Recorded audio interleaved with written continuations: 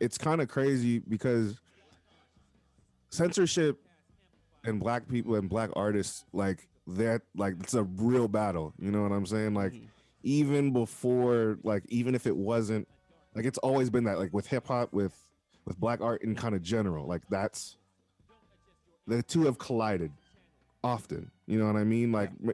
we could watch fucking Straight Outta Compton. You know what I mean? Yep. And them talking about their experience as black men. Like, Hmm. you know what I mean?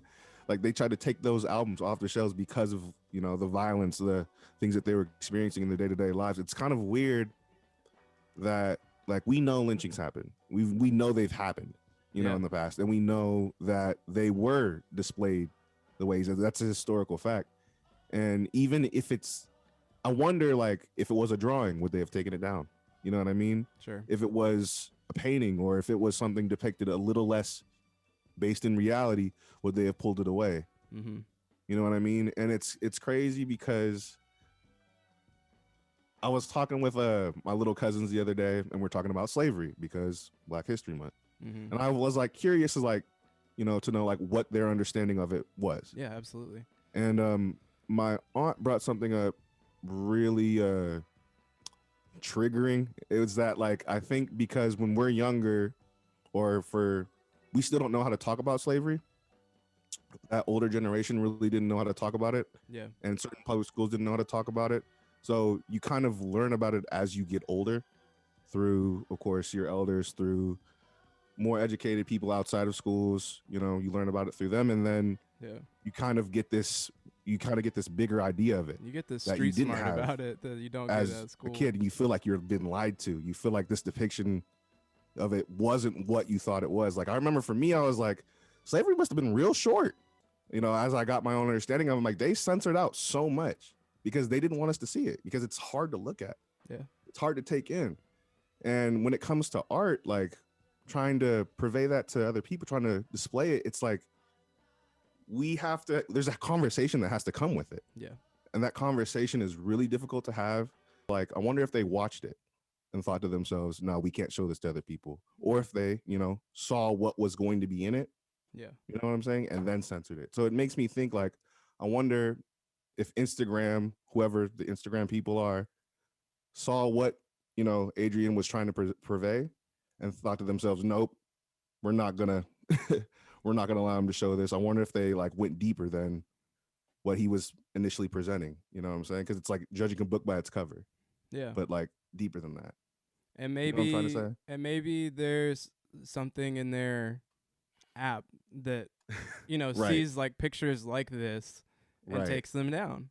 Mm-hmm. But there's a really good part of that clip again that I keep referring to where he, you know, ponders about mob mentality Yeah, and how a mob mentality that we could more basically understand as maybe American customs or just yeah, social norms and things that you quote unquote do or don't do in certain mm-hmm. spaces and whatnot. How that creates a mental complacency for a lot of people and a wall between those people and understanding others. Yeah, You end up experiencing revisionist history in that moment, which is, like the first song on this, the first mm-hmm. passage that he talks about on this. The very revisionist history that he's talking about and that you're saying right there, like, ooh, is this something that other people should see or Yeah, experience or whatnot? Um, it still takes place. yeah, So it's just funny how racism is a concept and a system that still works even when that's not the direct intention or that's not what's on the minds of the people who are perpetuating it, right, or the systems that are perpetuating it. That it's a machine, it's a right. beast. And so yeah, I haven't really talked much about the music specifically that's on this, but Adrian Younge is a jazz musician who's from LA, who wasn't always a musician or always a recording artist, and worked in and around music like before actually producing albums, working with hip hop musicians and making jazz projects and even playing instruments themselves too, was something that he learned in this process of starting to become a recording artist. He's from the LA area, Mm-hmm. and we actually talked about one of his albums. I don't know if we talked about it on the podcast, but we talked about an album he was a part of recently, an obligatory jazz series, Mm-hmm. because he's been doing the Jazz is Dead series with Ali Shaheed Muhammad from Tribe Called Quest. And then the album that we talked about specifically was with another jazz band called Azimuth. Mm-hmm. And so that's a really good project. And the Jazz is Dead series is something that I'm personally looking to get more into. I've just heard the one orange cover Azimuth album, and then there's like probably 4 or 5 others. Not every moment of the music itself is something I'm like constantly enthralled in and like always listening to every single aspect of it. Sometimes parts of it are just kind of on and lingering, but the overall feeling I get from this album and the way that the music echoes the worded passages that come in between each song Mm-hmm. are really symbiotic. Yeah. And it makes it a really interesting album experience where every time I listen to a song, then I hear like either a poem or, like I said, some sort of monologue or an interlude, or, there's just always that pace to it. There's a lot of really lush instruments, and overall musically, it's a great thing to listen to, but as a statement piece, it's something even more. I would say those are my general, really short thoughts about the music on it. But of course, just the artistic statement of it in general, I think stands even taller or sits center stage in a lot of respects. Because there's a lot of exposition, a lot of like straightforward talking to you from Adrian Younge. Yeah. I'm happy you shared it with me because I don't know. I think the thing is, as much as I enjoyed what I heard, I think that if you hadn't showed me it, I don't know if I would have listened to it because I would have been scared to.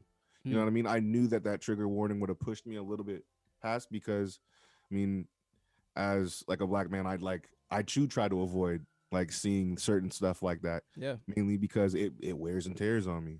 But listening to it, I know it's thought provoking. You know what I mean? It makes me think about like how black pain is presented in art. Like I just kind of it reminds me of this Vince Staples interview. I think he did. I don't know. I think it might have been a Hot 97 one where he was talking about like how rappers kind of benefit off of black pain, off of their own trauma. And it's crazy because it's like, how many times does like a black artist have to tell you about racism for you to acknowledge that it exists? Yeah. You know what I mean? How much like how insane does a black artist get from like questioning their own existence? Like how does someone exist and be black in America without questioning who they are as people? And like that concept can like throw somebody like me into an existential crisis. You know what I'm saying? Mm-hmm. But like, it is beautiful. It is something I hope other people do see. And I hope I get a chance to listen to the whole thing later on today. But yeah, I do want to check out more of that Jazz is Dead. Like I want to check that out. Yeah, the Jazz is Dead shit is cool. Like I said, with Ali Shaheed Muhammad on it too, it's cool. He's one of my favorite talkers. And he has a lot of Adrian Younge has a lot of love and admiration for A Tribe Called Quest as an identity, as a brand, as a staple in hip hop music, and so it's cool. The chemistry there is awesome. I agree. That's definitely a less, that's definitely easier music to listen to, I suppose. Yeah, I guess this isn't really aux chord jams at all. This isn't shit you throw on at work unless you're trying to make people, reconsider their existence. Hey, but which I mean sometimes is necessary. But right. I know you guys have watched Atlanta before, but do you guys remember the Juneteenth episode, where basically he goes in and like there's this white dude doing slam poetry, and he's married to a black woman who like prospered and like is like basically very wealthy and whatnot. It's funny because like I remember showing one of my cousins that episode, and he's like, I wonder if like when because the thing is like you have like movies like Fruitville Station, you know what I mean, that Hmm. like showed someone dying, like that was a real event. Showed you the And real yeah, version of it, and showed you yeah, their like yeah. right. And it's funny because sometimes when we display art, it takes, even though that's based in reality, some people see that and they take the reality away from it and they just enjoy it as art rather than the realism behind it. Yeah. You know what I'm saying? And so like some people will hear things and they go, man, like it sounds incredible, but someone's talking about their trauma, their pain, all that stuff, and they ignore all of that because they don't associate with it. Mhm. They're not able to identify with it. Mhm. And it's crazy because slavery, black pain, it's humanizing. And that's what we want to display whenever we do display those sorts of things. And like it comes from a very human place, but it's almost like they take the human aspect out of it. They take the, you know, I don't know how to say what I'm saying. They take the relatability away from it once they are not able to associate with it. Hmm. And like I've kind of noticed that with certain things. It's like Get Out is the movie Get Out, right? Y'all seen that? Yes. It's scary. It's scary as fuck to me. You know what I mean? It's not enjoyable to certain sometimes after I've like, taken it apart. But some people they're able to enjoy it all the time because they don't associate It's just themselves with it. art. They're not able It's to just a story. right But to there are so many delve elements of in. that story that Mhm. are like they're not just like they're really real. Yeah, Like they exactly. take the really real aspects of them and put them in a really weird, make your skin crawl kind of. Crawl. Yeah, Yeah, yeah. And maybe it doesn't do that for you if like it doesn't if you don't understand it in a certain way. And so that's exactly. kind of like some of the Hmm. genius of the movie, but um yes, it's about putting reality in this very very very just Yeah. awkward, really Hmm. really just scary setting. So Right.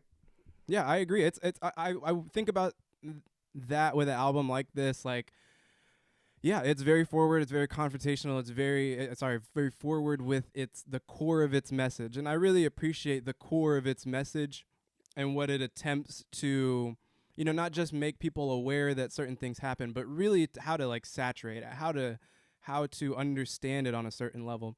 I just wonder how an album like this is going to affect different ranges of people. Are people really going to be able to soak up what this album is about at its core?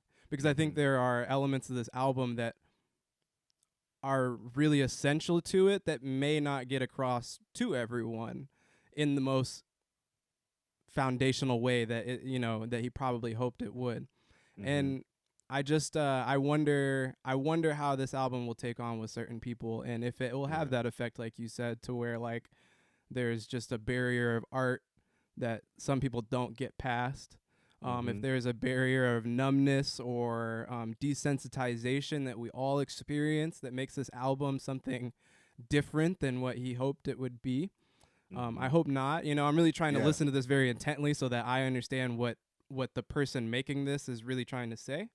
But Right. I think this is an album that takes obviously multiple listens to saturate. But then, like you said, multiple listens of this is kind of a very difficult, taxing thing Yeah. to do. It's definitely Hmm.